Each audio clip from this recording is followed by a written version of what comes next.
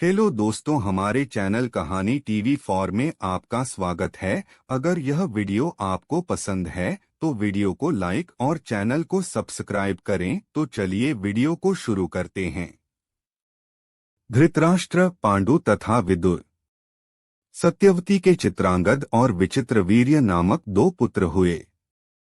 शांतनु का स्वर्गवास चित्रांगद और विचित्रवीर्य के बाल्यकाल में ही हो गया था, इसलिए उनका पालन पोषण भीष्म ने किया।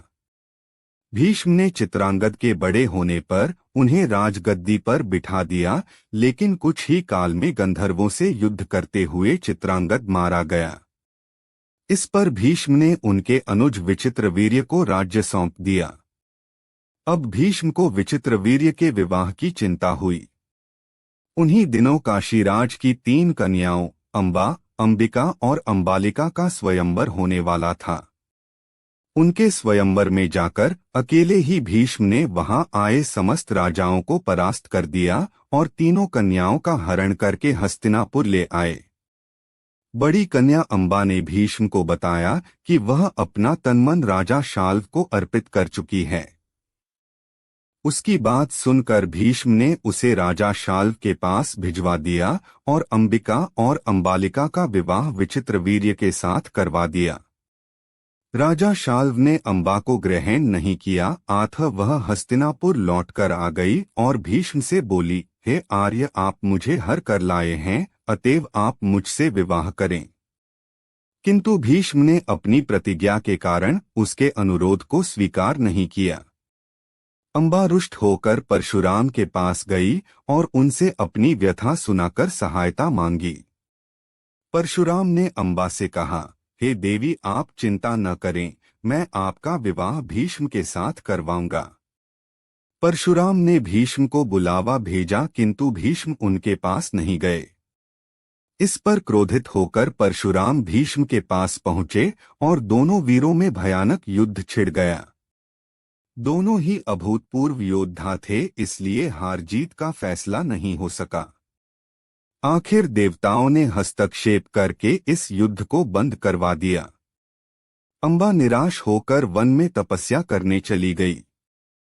विचित्रवीर्य अपनी दोनों रानियों के साथ भोग विलास में रत हो गए, किंतु दोनों ही रानियों से उनकी कोई संतान नहीं हुई और वे क्षय रोग से पीड़ित होकर मृत्यु को प्राप्त हो गए।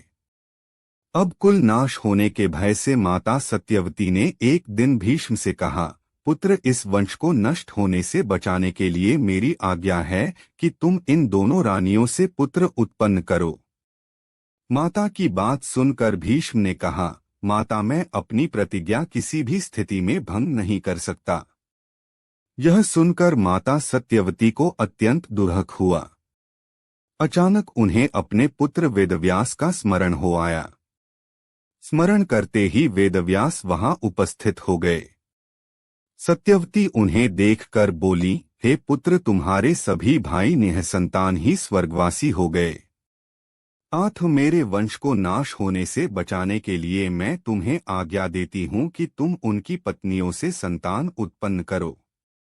वेदव्यास उनकी आज्ञा मानकर बोले, माता, आप उन दोनों रानियों से कह दीजिए कि वे 1 वर्ष तक नियमव्रत का पालन करते रहें, तभी उनको गर्भ धारण होगा। 1 वर्ष व्यतीत हो जाने पर वेदव्यास सबसे पहले बड़ी रानी अंबिका के पास गए। अंबिका ने उनके तेज से डरकर अपने नेत्र बंद कर लिए। वेदव्यास लौटकर माता से बोले, माता, अंबिका का बड़ा तेजस्वी पुत्र होगा, किंतु नेत्र बंद करने के दोष के कारण वह अंधा होगा। सत्यवती को यह सुनकर अत्यंत दुहक हुआ और उन्होंने वेदव्यास को छोटी रानी अंबालिका के पास भेजा।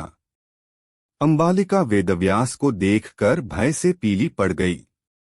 उसके कक्ष से लौटने पर वेदव्यास ने सत्यवती से कहा, माता, अंबालिका के गर्भ से पांडु रोग से ग्रसित पुत्र होगा। इससे माता सत्यवती को और भी दुहक हुआ और उन्होंने बड़ी रानी अंबालिका को पुनः वेदव्यास के पास जाने का आदेश दिया। इस बार बड़ी रानी ने स्वयं न जाकर अपनी दासी को वेदव्यास के पास भेज दिया। दासी ने आनंदपूर्वक वेदव्यास से भोग कराया।